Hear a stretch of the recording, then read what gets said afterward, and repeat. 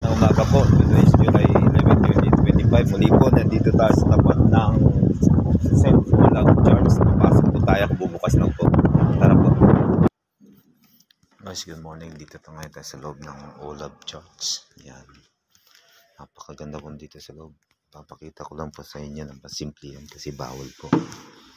Kita niyo po yung mga sahig. Kasi nang una pa talaga. Yan.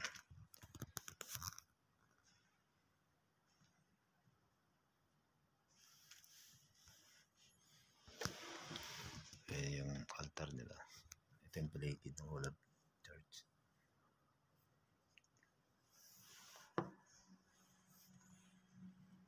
Yan.